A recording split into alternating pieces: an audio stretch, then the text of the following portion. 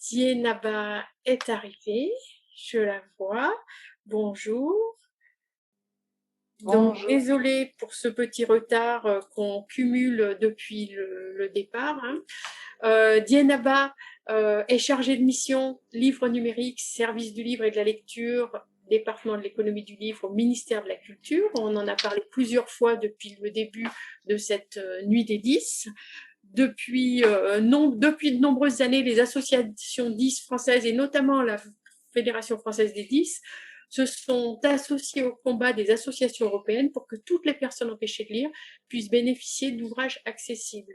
Elles se sont appuyées pour cela sur l'exception américaine qui date de 1996 et sur la directive européenne de 2001 grâce auquel les États membres pouvaient introduire dans leurs droits une exception handicap au droit d'auteur.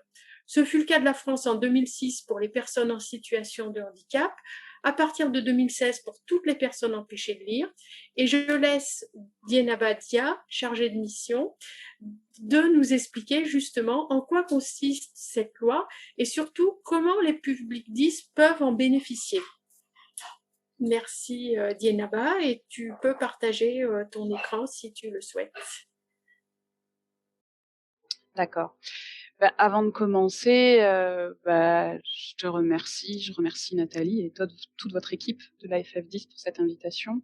On se connaît bien, toi et moi, donc tu sais que je suis touchée par cette invitation à titre professionnel, c'est pourquoi je suis là ce soir, mais également à titre personnel. Je vais en profiter aussi pour remercier Monsieur Alain Lequeux et l'équipe de la Adopi, ainsi que Tiffaine, retrouverai un peu plus tard dans la soirée, qui ont eu la délicate attention de se rappeler que j'allais intervenir sur l'exception au droit d'auteur et qui font en sorte qu'on ne se piétine pas pour éviter de répéter 1 milliard de fois les mêmes choses. Donc je les remercie énormément de leur délicatesse.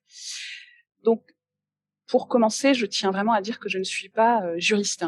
Je ne suis pas une spécialiste de la propriété artistique et littéraire.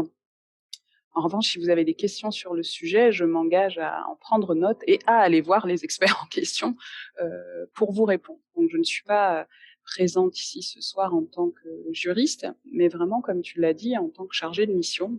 Je suis conservatrice des bibliothèques et au sein du service du livre et de la lecture, je dois accompagner finalement la mise en œuvre de cette exception au droit d'auteur en faveur des personnes en situation de handicap. Donc, ce qu'il faut retenir, c'est que l'exception au droit d'auteur en faveur des personnes en situation de handicap, elle permet deux choses. C'est d'adapter une œuvre sans demander d'autorisation préalable à l'auteur et d'adapter une œuvre sans avoir à rémunérer l'auteur. Le principe de départ, c'est celui-là. Avant de parler de l'exception, je vais évidemment rappeler la règle. Donc, les droits d'auteur, ils sont inscrits dans le Code de la propriété intellectuelle. Donc, ce sont les droits dont jouissent les créateurs sur les œuvres littéraires et artistiques. Donc, toutes les œuvres littéraires et artistiques en France sont protégées.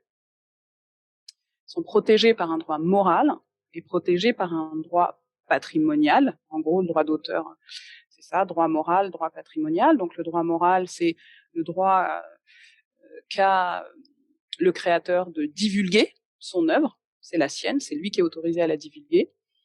Le droit de repentir, c'est-à-dire s'il décide à un moment donné que pour des raisons morales ou des raisons d'actualité, cette œuvre ne doit plus être exploitée commercialement, il a le droit d'en demander le retrait. Le droit de paternité, évidemment, c'est pour ça que on dit souvent, on répète souvent à nos élèves, pour ceux qui ont été enseignants, de citer l'auteur, et le respect de l'œuvre. Le droit d'auteur ne s'applique pas à ce droit moral. Donc, même si l'on bénéficie de l'exception au droit d'auteur, on doit respecter ce droit moral. Le droit d'auteur s'applique essentiellement au droit de reproduction et au droit de représentation. Bien évidemment, il y a à côté de ce droit d'auteur ce qu'on appelle des droits voisins qui concernent essentiellement les artistes-interprètes, les éditeurs de presse, les éditeurs de phonogrammes.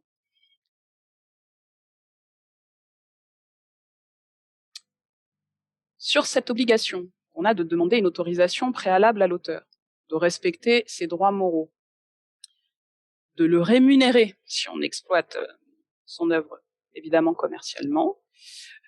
Le droit a mis en place des exceptions. Plutôt que de lister les exceptions, parce qu'il y en a une dizaine, j'ai décidé de mettre sur cette diapo les raisons pour lesquelles le législateur a envisagé des exceptions. Donc elles permettent de favoriser la liberté d'expression, comme le pastiche par exemple, la caricature. Elles permettent aux enseignants-chercheurs et aux enseignants d'exercer leur liberté d'enseignement et de recherche. Et bien évidemment, en ce qui concerne les personnes en situation de handicap, c'est le troisième volet qui importe, c'est cette exception, elles ont été pensées pour favoriser l'accès à la culture. Et parmi toutes ces exceptions qui existent, exceptions pédagogiques, exceptions de copie privée, on a en effet cette exception au droit d'auteur en faveur des personnes en situation de handicap, qui, comme tu l'as rappelé, Laetitia, est entrée dans le droit en 2006. Mais effectivement, l'autre date très importante, c'est 2016, c'est hier finalement, c'est cet élargissement des bénéficiaires de cette exception. Non seulement il élargit le champ des bénéficiaires et permet donc d'intégrer les personnes dysorthographiques, dyslexiques, dyscalculiques, dyspraxiques. Et surtout, alors qu'avant 2016, il fallait une notification de la MDPH ou un certificat médical, depuis 2016, pour l'usager qui s'adresserait à un organisme habilité, jusque-là, il fallait une notification de la MDPH ou des justificatifs médicaux, alors qu'avec la loi de 2016, et j'insiste vraiment très fortement là-dessus, une attestation sur l'honneur peut suffire pour qu'un usager empêché de lire ou limité dans l'accès au contenu puisse accéder à ces œuvres adaptées. Pour pouvoir faire valoir cette exception au droit d'auteur, et j'ai même envie de dire pour faire valoir n'importe quelle exception, il y a un test à faire, donc il faut rester dans le champ de l'exception donnée. Il faut s'assurer que le fait d'utiliser cette exception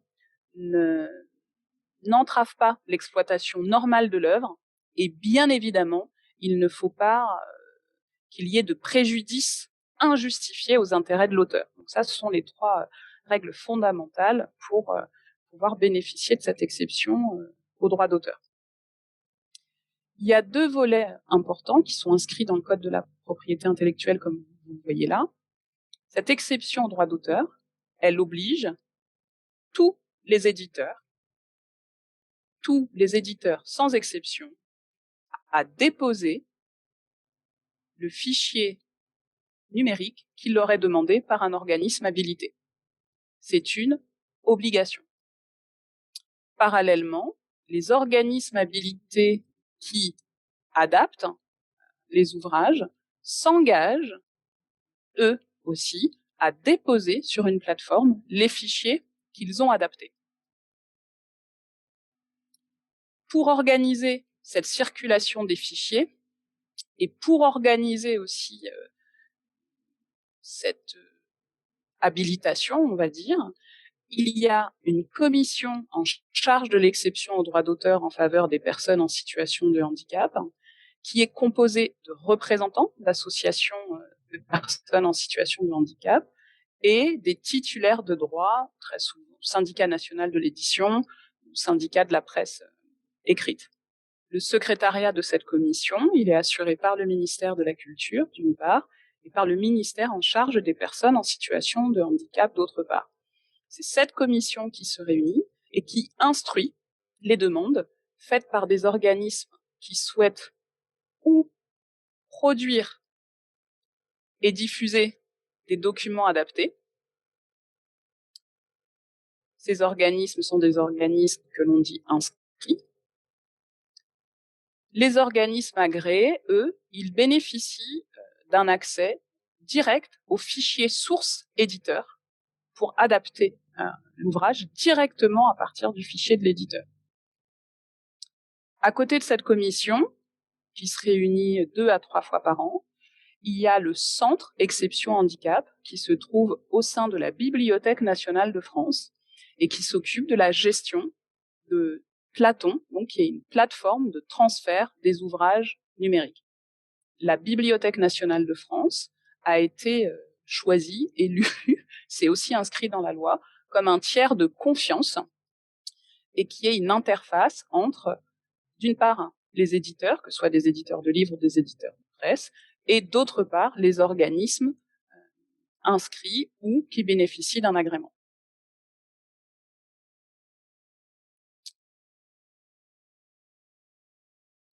Comme Tiffaine a fait cette magnifique diapositive, je lui ai emprunté. Elle vous parlera tout à l'heure de la rentrée littéraire accessible. Et vous avez là un schéma de la manière dont ça se passe lorsque vous cherchez un document ou un ouvrage adapté. Donc il faut s'adresser à un organisme qui a été habilité pour produire un document adapté, pour diffuser un document adapté. Je vous ai mis à la fin du diaporama le lien vers le site du ministère de la Culture sur lequel vous trouverez la liste de ces organismes habilités. La liste n'a pas été tout à fait mise à jour, mais on y travaille. Cet organisme s'adresse au centre Exception Handicap, en passant par la plateforme dont je viens de vous parler, fait sa demande, et c'est le centre Exception Handicap qui évalue évidemment la recevabilité de la demande et qui transmet ensuite la demande à l'éditeur. Une fois que l'éditeur a reçu la demande, comme je vous l'ai indiqué, il est dans l'obligation de répondre positivement à la demande du centre Exception Handicap, sauf s'il n'a plus le fichier, pour des raisons d'attaque informatique, de désherbage ou d'obsolescence du format, ça peut arriver. Le fichier est donc remis au centre Exception Handicap sur la plateforme Platon, et à travers Platon, l'organisme récupère le fichier et le transmet à l'usager.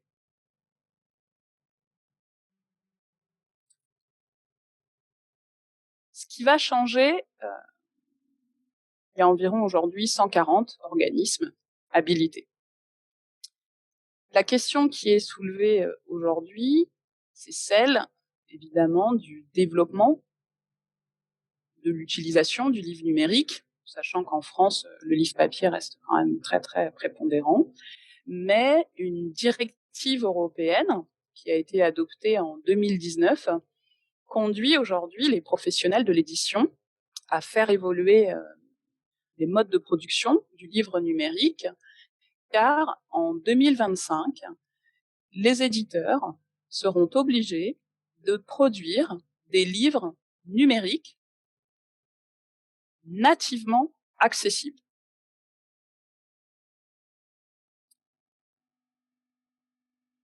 Aujourd'hui, le format autour duquel il y a un consensus chez les professionnels, c'est le format EPUB 3. C'est un format de livre numérique. L'enjeu aujourd'hui est de faire en sorte que cet EPUB 3 soit accessible, c'est-à-dire qu'on y intègre des fonctionnalités d'accessibilité qui vont faire que le livre numérique sera accessible dès la sortie de la chaîne de production. Bien évidemment, si le fichier numérique fourni par les éditeurs est accessible, mais que la plateforme de vente ou de prêt, elle ne l'est pas, ou que l'ordinateur, la tablette, le smartphone, le logiciel, la liseuse ne l'est pas, tous les efforts auront été déployés en vain. Donc, comme l'a expliqué Raphaël Berger bien avant moi, évidemment, cette directive, elle implique non seulement que le fichier numérique soit accessible, mais également l'ensemble de la chaîne on va dire ça, de diffusion de ce fichier numérique.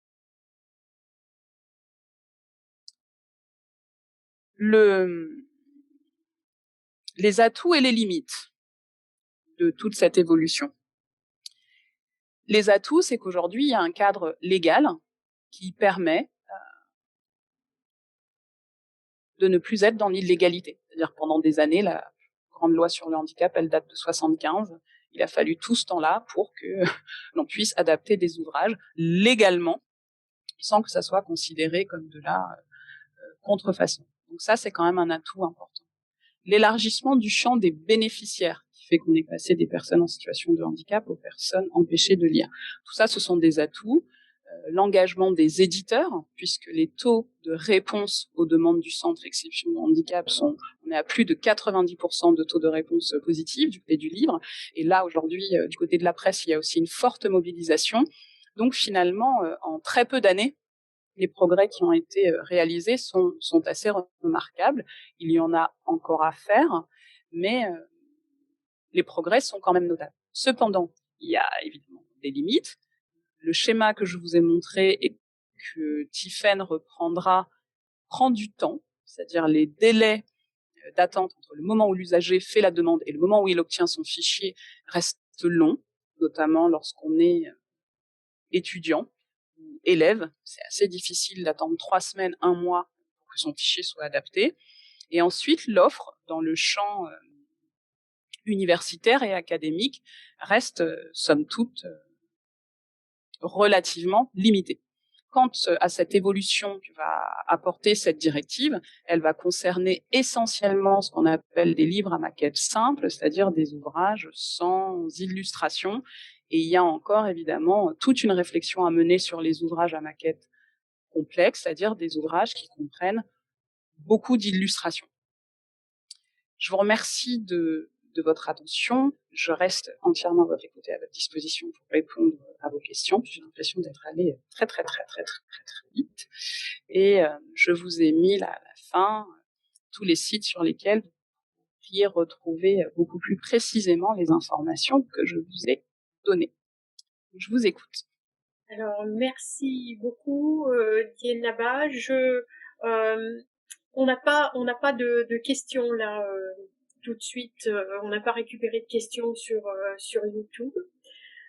En tout cas, merci pour ton intervention et moi j'y tiens particulièrement dans la mesure où je suis maintenant dans la commission exception droit handicap et on a l'occasion de travailler beaucoup ensemble et de faire avancer la cause des 10 c'est un sujet qui est assez récent finalement, comme la loi exception handicap, et il y a encore beaucoup à faire, et comme l'a dit Alain tout à l'heure, Alain Lequeux, le ministère de la Culture a lancé de nombreux chantiers auxquels on participe toutes les deux, et on aura l'occasion de communiquer à nouveau sur cette question-là. Alors, je pense que tu es un peu, je sais pas si on m'entend bien. Oui. Quand on fait des compliments, faut être entendu. Donc, tu n'es pas dans la commission en charge de l'exception au droit d'auteur en faveur des personnes en situation de handicap. Tu en es la présidente. Donc, c'est important. Donc, ça veut dire que tu joues un rôle assez majeur. Et en effet, pour moi qui viens de prendre la prise de poste, c'est très agréable. Et je pense que des membres de la commission qui sont certainement à l'écoute ce soir ou des participants le noteront aussi. Voilà, tu es aussi très moteur dans le fait que cette situation avance et de la compréhension aussi, comme tu l'as fait souvent, sur les nuances qu'il y a à faire dans ce qui est adaptation. L'adaptation pour les non-voyants n'est pas la même que l'adaptation pour les disques, qui n'est pas la même pour les malentendants. C'est aussi pour ça, je ne sais pas si Raphaël Berger l'a dit, parce que je suis arrivée un peu en retard, mais ce n'est pas parce qu'on encourage les éditeurs à créer des livres numériques nativement accessibles que c'est la fin de l'exception au droit d'auteur. On est tous bien conscients que le livre numérique accessible, voilà, répondra à une majorité de besoins, mais ne répondra pas à tous les besoins. Donc, les usagers pourront toujours... Il a dit qu'il faudra encore que les associations jouent leur rôle à fond. Tout à fait. Pour justement équilibrer cette... Et c'est complémentaire, évidemment. Et comme l'année dernière, je me permets une fois par an de prendre 10 secondes la parole pour remercier le boulot que fait Platon, parce que Bookin est l'un des 140 organismes adaptateurs que vous avez évoqués, et les relations sont vraiment excellentes. Vous répondez le plus vite possible. quand on a des problèmes, on vous les répercute. Alors, on met des petits smileys dans les demandes, etc. Mais voilà, c'est un très, très bon boulot. Et je pense que… Alors, je renverrai le compliment à l'équipe du Centre Exception Handicap de la BNF, puisque moi, je suis plus du côté, on va dire, ministère administratif, mais en tout cas, voilà. je vous soutiens à 1000%, voilà, à 1000% pour que tout le monde sache saluer. Que ça va très bien. Et le délai, je voudrais pas être trop catastrophiste, le délai est quand même pour les livres scolaires de collège, de lycée, bien inférieur à 3 semaines, sauf les nouvelles éditions, les livres qui en septembre seront les livres 2022 auront peut-être un petit peu de retard, mais globalement, ça se passe bien. Voilà, je suis content. Et… Non, les retards, c'est surtout c'est pour l'universitaire. Voilà, pour l'universitaire, vous avez raison. Mais merci, je transmettrai à la BNF et au Centre Exception Handicap. Merci beaucoup. Merci Diana Abba, merci d'avoir rappelé que Laetitia jouait un rôle de représenter la Fédération française. Elle est tellement modeste qu'elle n'a pas osé le dire. Merci beaucoup.